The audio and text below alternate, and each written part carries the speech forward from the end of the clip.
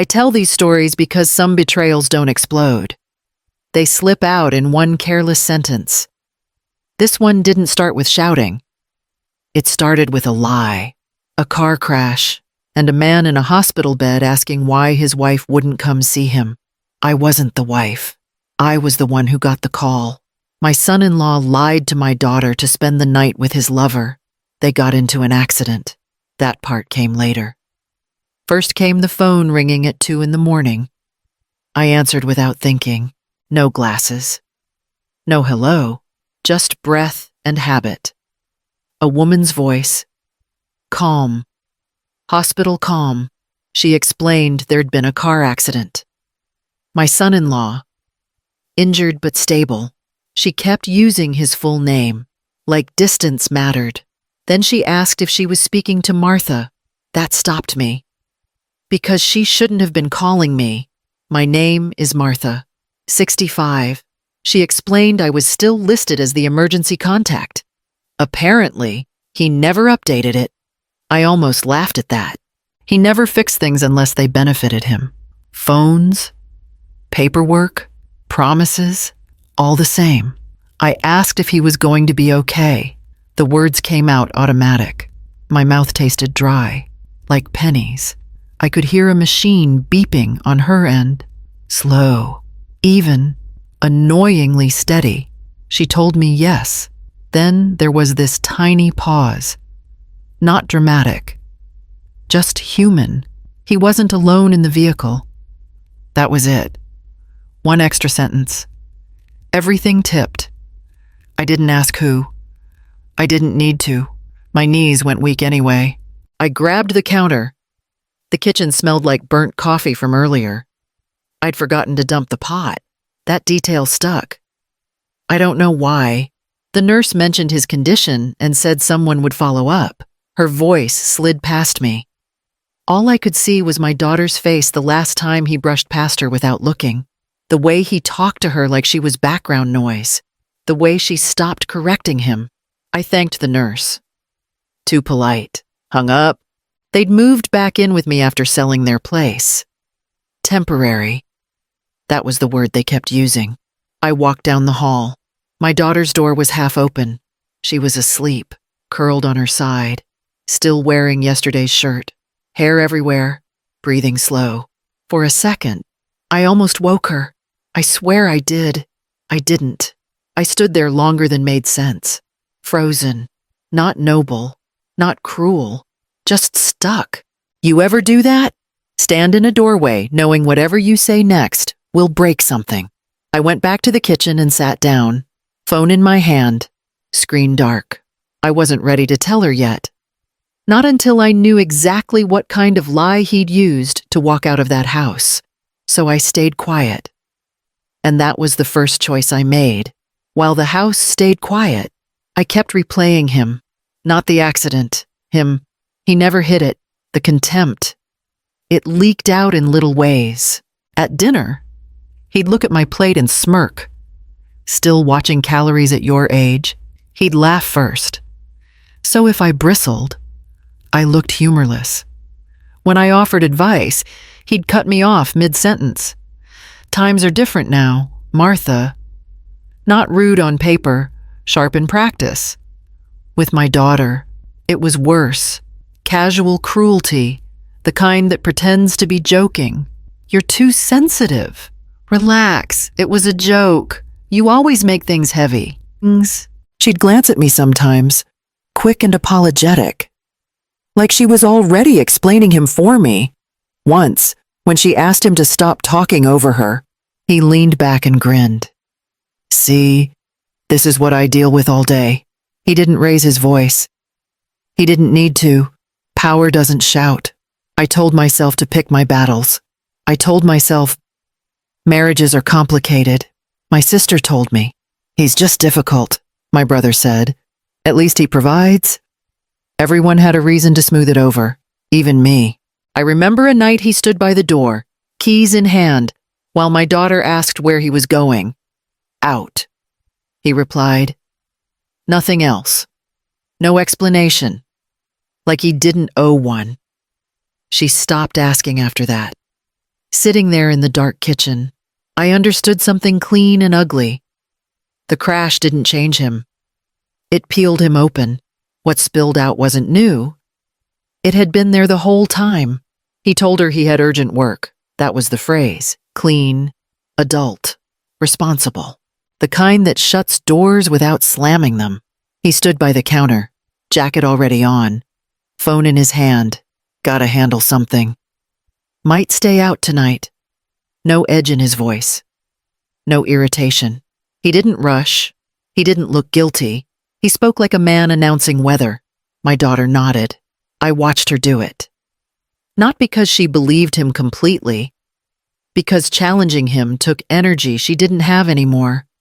I asked, casual on purpose, "Everything okay?" He didn't look at me, adjusted his watch instead. "Yeah, just work. That was all I got." No explanation, no courtesy. Like my presence required no acknowledgement. He moved past me toward the door, close enough that I caught the faint smell of his cologne, the one he wore when he wanted to be noticed. My daughter followed him a step. "Text me when you're done." He paused with his hand on the handle. "Don't wait up." Final, in the way practiced people end things. The door closed. Not hard, not soft. Precise. She stood there a moment, staring at the spot where he'd been. Then she turned to me and forced a smile that didn't reach anywhere useful. "He's stressed lately." I didn't argue. I didn't press. I let the moment pass because pushing would only land on her, not him. Later, I realized how practiced it all was. The timing, the wording, the lack of detail. He hadn't invented that lie in the hallway. He'd brought it with him, folded neatly, ready to use. It wasn't panic. It wasn't impulse. It was routine. And routine is what scared me most. The hospital called again before dawn. Different voice this time. Male, tired. He asked to confirm records. Insurance, identification, routine things. He spoke like someone checking boxes so he could move on.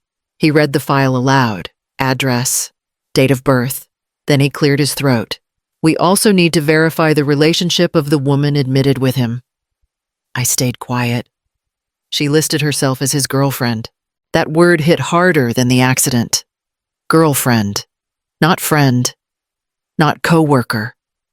Girlfriend. I asked for the name. My voice held. Barely. He read it off. Careful. Exact. It was a name I already knew. I'd heard it once before, whispered through my daughter's teeth when she thought I was asleep on the couch. A soft confession. Half denial. He keeps texting this woman. He says it's nothing. I remember telling her to trust her instincts. I remember her shrug. I'm probably overthinking it. I gave the man on the phone my confirmation. Spelling. Date. Everything lined up clean. No confusion. No crossed wires. He thanked me. Professional. Efficient. The call ended. There was nothing left to interpret. No story to soften it. No misunderstanding to cling to. The truth didn't arrive dramatically. It arrived filed, labeled, and verified. I sat with the phone in my hand. Screen warm, feeling stupid for every time I'd accepted silence as peace. This wasn't suspicion anymore. It was documented, logged, signed, and it had a name. I stood in her doorway longer than I should have. She was asleep on her side, one arm curled under her pillow, phone charging on the floor like she'd dropped it and forgot. She still had yesterday's socks on. One gray, one black. She does that when she's too tired to care. I whispered her name once, stopped myself. Waking her would have been easy. One sentence. Everything detonates. I didn't do it. Not yet.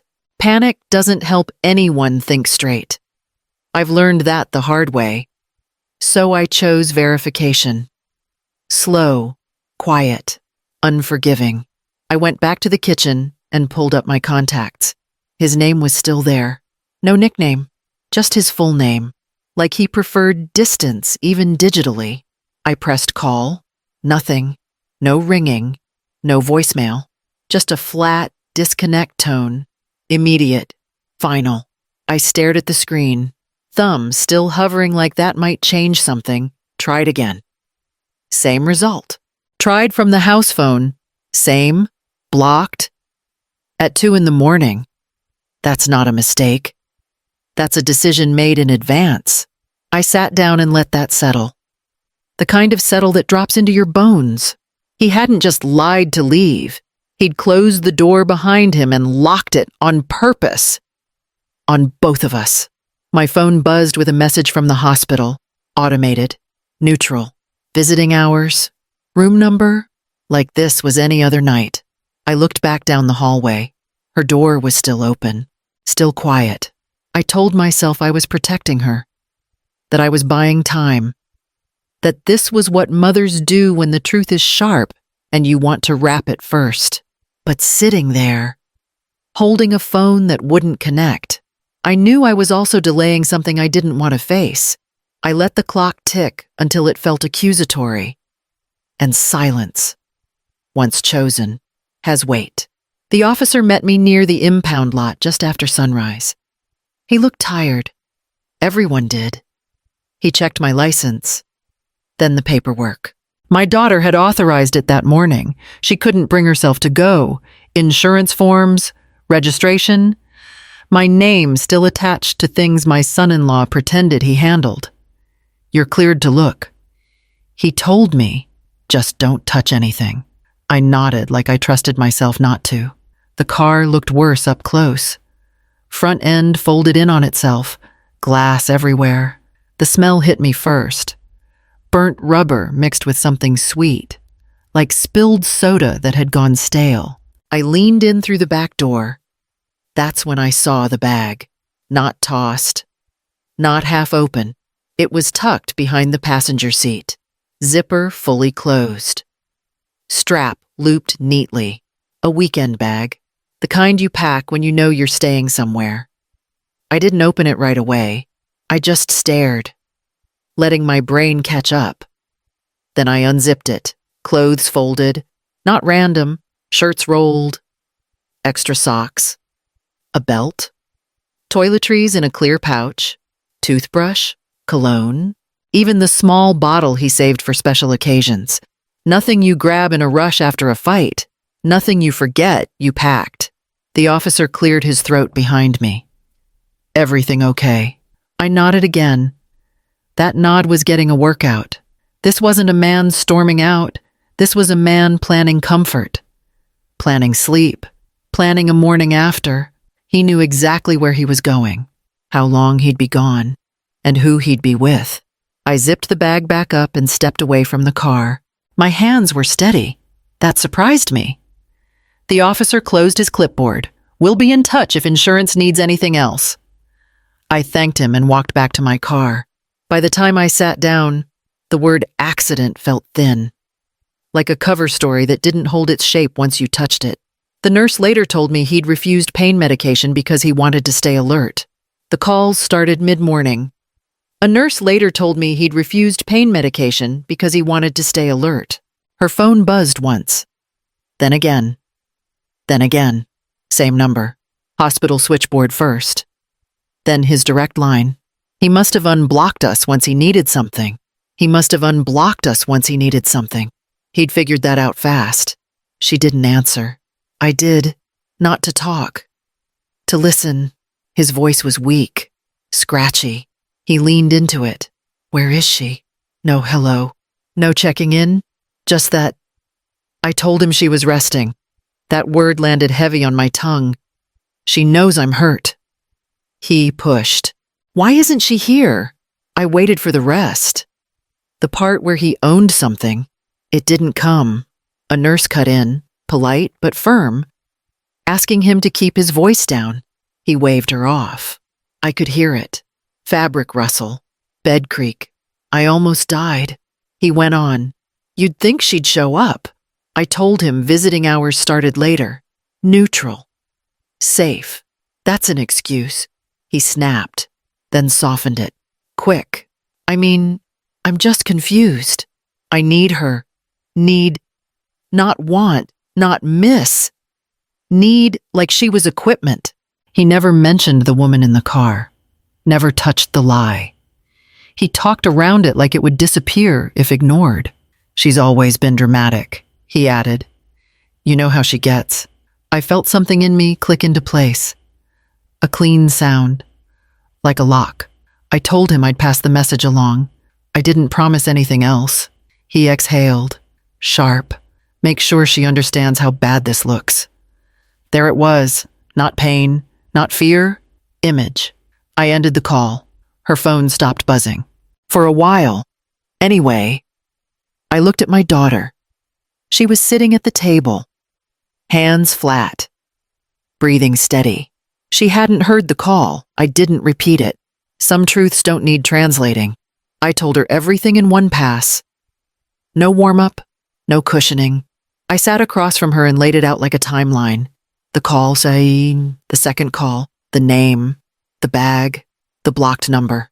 The way he talked from the hospital bed like nothing had happened except inconvenience. She didn't interrupt. Not once. When I finished, she nodded.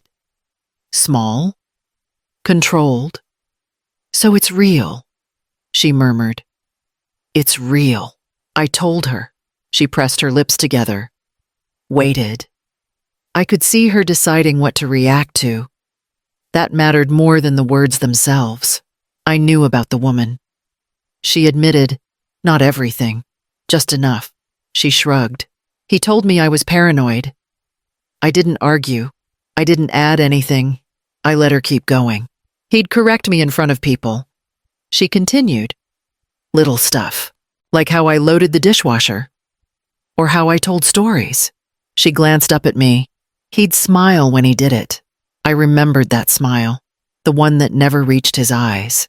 She leaned back and laughed once. Dry. I kept thinking if I stayed calm, he'd soften. He didn't. I replied, no. She rubbed her thumb along the edge of the table. He got quieter, meaner, like he was tired of pretending. I told her about the call that morning, the way he'd asked where she was, the way he framed it like a public relations issue. She closed her eyes. He always cared about how things looked. She said, not how they felt. That was it. That sentence landed different. The affair hurt. I could see that. It sat in her chest like a bruise you don't touch. But what cracked her open was the pattern. The jokes. The corrections. The way he left without explanations. The way she learned to shrink to keep the peace. She stood up and went to the sink, turned the water on, let it run. I wasn't his partner, she said, staring straight ahead. I was his tolerance. I didn't move. I didn't comfort. I stayed where I was because she wasn't asking to be held. She was standing up on her own. When she turned back to me, her voice was steady. I'm not going to the hospital. And for the first time since all this started, I believed her. The call came in the afternoon. Not the switchboard this time. His number, direct, persistent. Like he'd learned which buttons still worked. My daughter looked at the screen, didn't move. I watched her breathe through it. I answered. Not for him, for the moment. His voice was stronger than before, less fragile. I need to talk to her. I told him she was here. Put her on. He pushed. This is getting ridiculous. I didn't argue. I handed her the phone and stepped back. Power shifts don't need commentary. She put it on speaker. What? There it was. No greeting. No soft landing. He sighed. Long and theatrical. I'm in a hospital bed. I've got wires on me. And you can't even show up. She waited. He filled the space. This happened because you stress me out. He went on. You know that. You nag. You overthink. I needed space. I felt my jaw tighten. I didn't speak. She did. Calm. Measured. So you left. You lied. You packed a bag for her. That's not what this is about. He snapped. then corrected himself. I mean, I almost died. You didn't, she replied. And even if you had, that wouldn't erase the rest. Silence. Then a laugh. Short. Sharp. You're really doing this.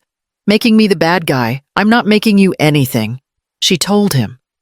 I'm just not fixing it for you anymore. He shifted tactics fast. Voice dropped. People are watching this. My parents. The nurses. You're embarrassing me. That word did it. Embarrassing. She looked at me then. Just once. No panic, no permission. Just acknowledgement. I'm not coming. She told him. Don't call again. He started to say her name. She didn't wait. She ended the call. The phone went quiet. She didn't cry. She didn't shake. She turned the device face down on the table like it was finished business. I stayed still, let the space hold. After a moment, she exhaled. I'm done explaining. She didn't ask what people would think. She didn't rehearse excuses. She stood up, poured herself a glass of water, and drank it slow. I watched her choose herself without ceremony. No speech, no drama, just refusal. And nothing after that moved him anymore. He healed faster than anyone expected. Broken ribs knit, bruises faded, doctors cleared him. That part was easy. The rest didn't come back. He called once after that, not to apologize, to negotiate. Tell her I'm ready to talk. He told me. I answered. She already did. His job found out through whispers first. Sick leave paperwork. A nurse who talked. Someone who knew someone. By the time he went back, the tone had changed. Meetings got shorter. Invitations stopped. No one said why. They never do. The woman he crashed with vanished. No goodbye. No explanation. Her number disappeared the same way his blocking had. Clean, efficient. I almost admired the symmetry. His parents called me next. Defensive at first. He made a mistake. His mother insisted. I replied. He made a pattern. They went quiet after that. The calls slowed, then stopped. My daughter filed quietly. No announcement. No social posts. She boxed up his things and left them with a friend. She kept the plants. She returned the rest. One night, while folding laundry, she told me, I didn't lose a husband. I lost a weight. I didn't correct her. Here's the part I keep thinking about. People kept telling us to forgive. Like forgiveness was a bill that came due. I stopped listening. Like showing up fixes damage. But sometimes the lesson is simpler. Respect isn't repaired by emergencies. Love doesn't grow in rooms where someone keeps score. If this story landed somewhere familiar for you, take a second. Like the video. Leave a comment. Subscribe if you want more of the quiet truths families don't post about. My daughter didn't rebuild loudly. She changed her number. She started walking in the mornings. She stopped explaining. I'm still deciding whether distance is enough, whether peace means never answering again. I haven't chosen yet. Some bridges collapse on their own, and sometimes you don't rebuild them.